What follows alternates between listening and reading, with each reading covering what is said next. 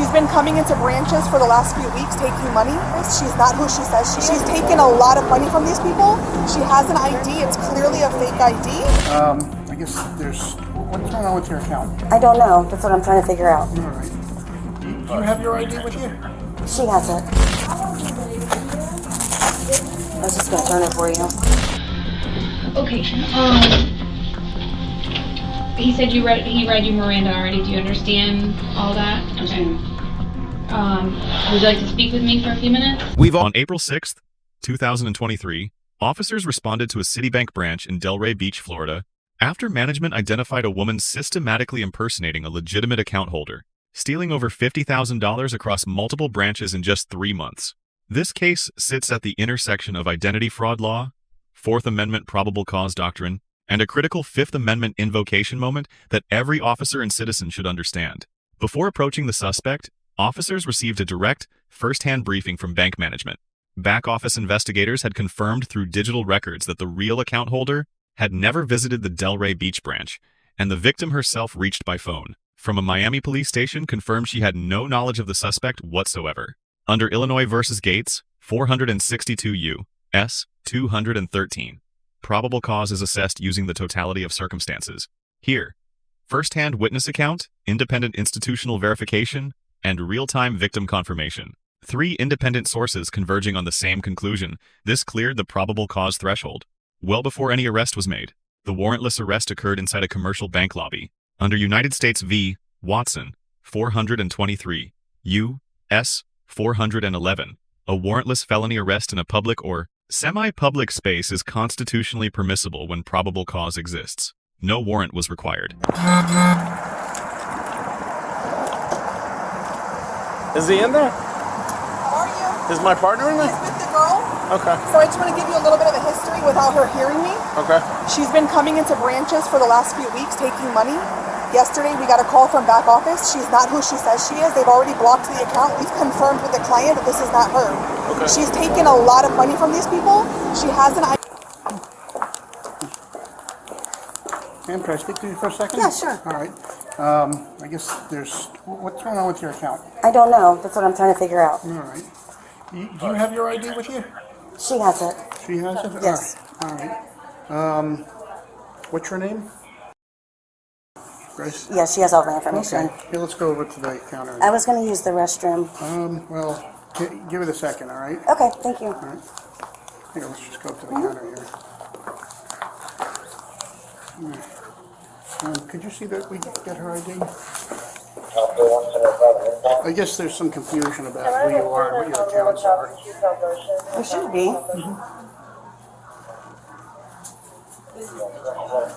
Okay.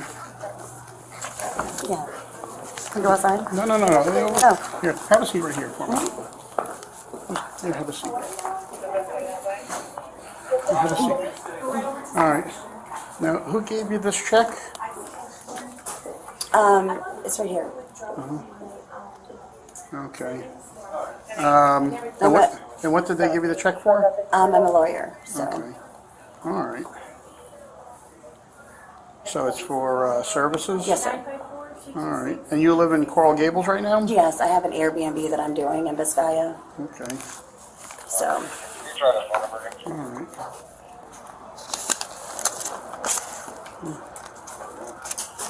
So what does La Raza Enterprises do? It's one of the my clients. Okay. With like what kind of work do you what business are they in? I'm not sure. It's my client. He wrote the check. Okay. You say he's your client, but you don't know what business he's in? No, I'm sorry. So far down. Is it a person or an actual business? No, it's a person. Okay. It already moved on the roadway, so everything is worth putting down. Oh, it's there.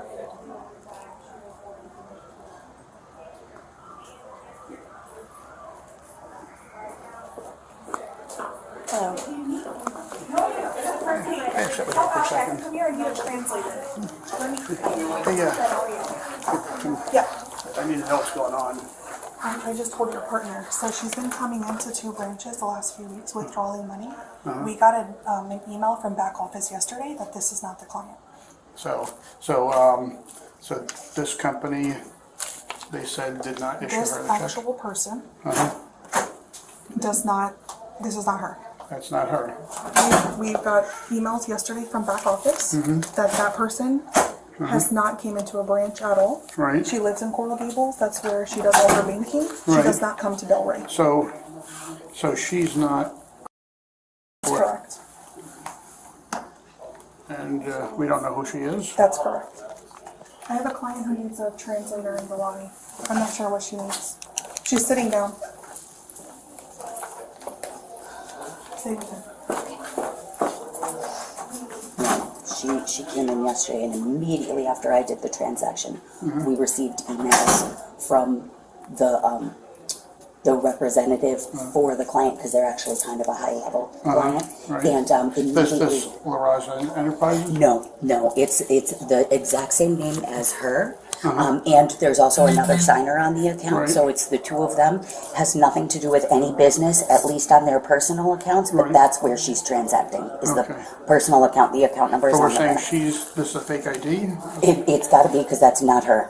That is the address of the client, but that's not her. And she's also gone to the Boynton branch, and we looked at their transactions. They never come up here. They're like Coral Gables. Right. Yeah. So yeah, they confirmed that it's not. She is not the client. She is not the client, but, She is and, not. and there is a client named, She is not her. Okay. She is not her. oh, okay. I'm still confused. So how do they know who she is? They looked at their banking, their online banking, and saw transactions that were not authorized by the client. So they Now contacted the client us. being, No, the client is, I don't know where this check came from. Okay. She's depositing it. Yesterday, she deposited a check and made a withdrawal. Right. And so they saw on their online banking that, they did not do the clients. Right. Did not do the transactions. So they verified it's confirmed fraud. She is committing fraud. This right, woman and that's she's here. trying to deposit this? Trying to deposit. Yesterday, she took cash back, Okay. but that is not her. Okay, They confirmed it last night. We've been emailing back and forth since like almost immediately after the transaction. What brought you up here? I have an Airbnb that I'm working on in Biscaya. Oh, nice. Biscaya? It's far from here, isn't it? Oh, it's right here on Breast, Atlanta. Oh, that Biscaya. I was thinking Dayton, Biscaya. What do you drive? Ma'am? Ma'am? A Cadillac. A Cadillac? What color is it? White.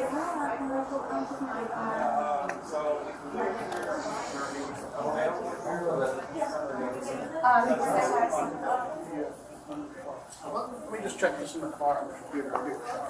I'll be right back. She drives a white Cadillac, she said. All right.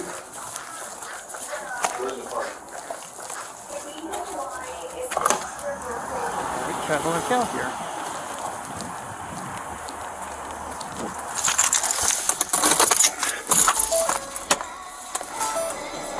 Yeah. So I'm on the phone. This client is right now in a police station in Miami right now. This, The actual lady is in a police station Oh, right this now in Grace Miami. Escalona? Correct. yeah, well, this is the actual woman.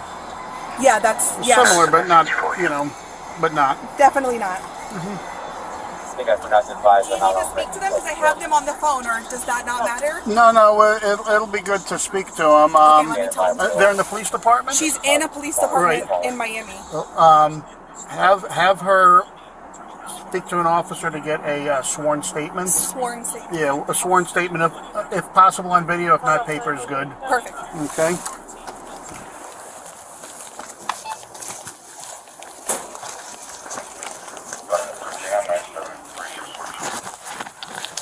Alright, I think we figured this out.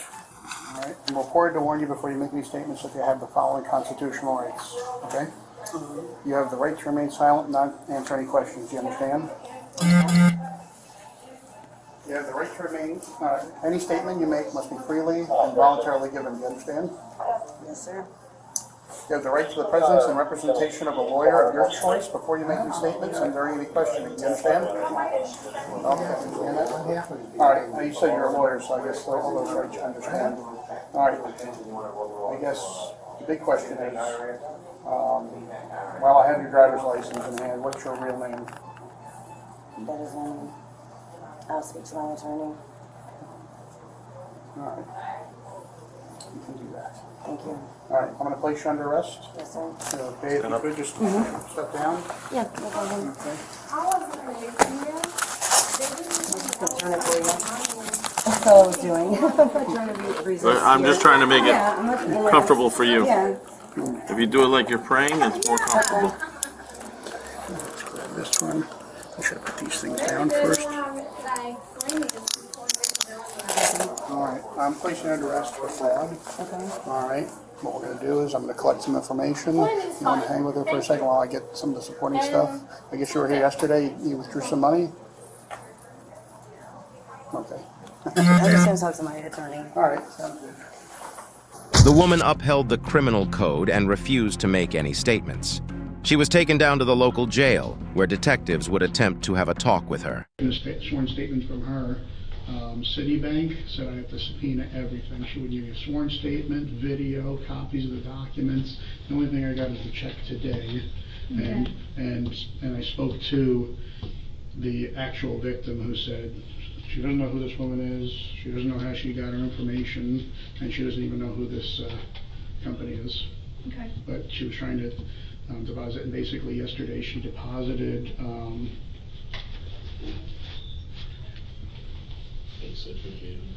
yesterday she deposited a $5,800 check from some company called Axio, and she withdrew $4,000 immediately after. So she stole $4,000, and today she was going to attempt to deposit that. We don't know how much she was going to withdraw. Okay. Okay. Did you read Miranda? Yeah. Okay. Okay. He said he read you Miranda already. Do you understand all that? Okay.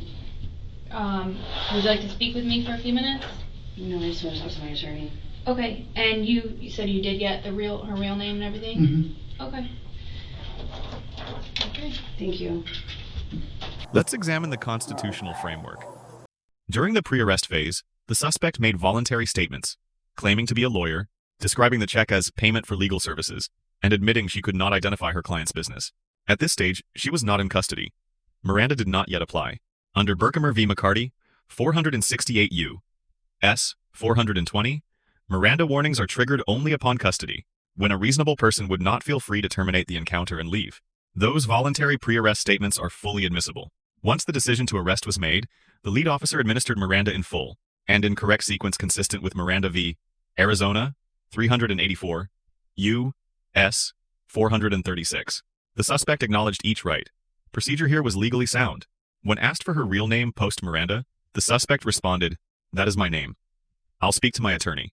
This is a textbook invocation, unambiguous, immediate, and explicit. Under Davis v. United States, 512 U.S. 452, only an unambiguous request triggers the protection. This met that standard. The Fifth Amendment guarantee is absolute from this moment forward. Edwards v. Arizona, 451 U.S. 477, holds that once counsel is invoked, all interrogation must cease immediately and cannot resume, unless the suspect reinitiates contact or an attorney is present. This is not discretionary. It is a constitutional mandate. A second officer subsequently approached the handcuffed, arrested suspect and asked, "Would you like to speak with me for a few minutes?" This reinitiation of questioning after an unambiguous invocation of counsel constitutes a direct Edwards violation. That no incriminating statement was produced does not cure the constitutional defect. Had the suspect made any statement in response to that reapproach, suppression under the exclusionary rule would have been nearly automatic. The government would have borne the burden of proving the statement was spontaneous, a burden it could not meet on these facts. On the charging side, Florida Statute Section 817.568 criminalizes fraudulent use of another's personal identification. Where the value exceeds $50,000, the offense escalates to a first-degree felony punishable by up to 30 years. The threshold was met here. This was not a minor fraud case. The suspect's subsequent reoffending while on probation triggered federal jurisdiction under 18 U.S.C. Section 1344. Federal bank fraud carries up to 30 years per count. under 18 U.S.C. Section 1028. A. Aggravated identity theft adds a mandatory 2-year consecutive sentence, meaning it cannot run concurrently with any other term. Now the grades. Second officer, C+. The reapproach after invocation of counsel was constitutionally improper under Edwards. Intent does not excuse procedure. The outcome here was fortunate, not compliant. Suspect. B. Post-arrest invocation of counsel was correct and consistent. Deduction for pre-arrest voluntary statements that created investigative exposure before any constitutional protection had attached. Bank management. A-. Proactive, coordinated, and detail-oriented. Minor deduction for the weeks of delay before law enforcement was engaged while losses continued to accumulate. Key takeaways from this case. For citizens, the Fifth Amendment right to counsel is most powerful when invoked before custody, not after. Pre-arrest voluntary statements carry no constitutional protection.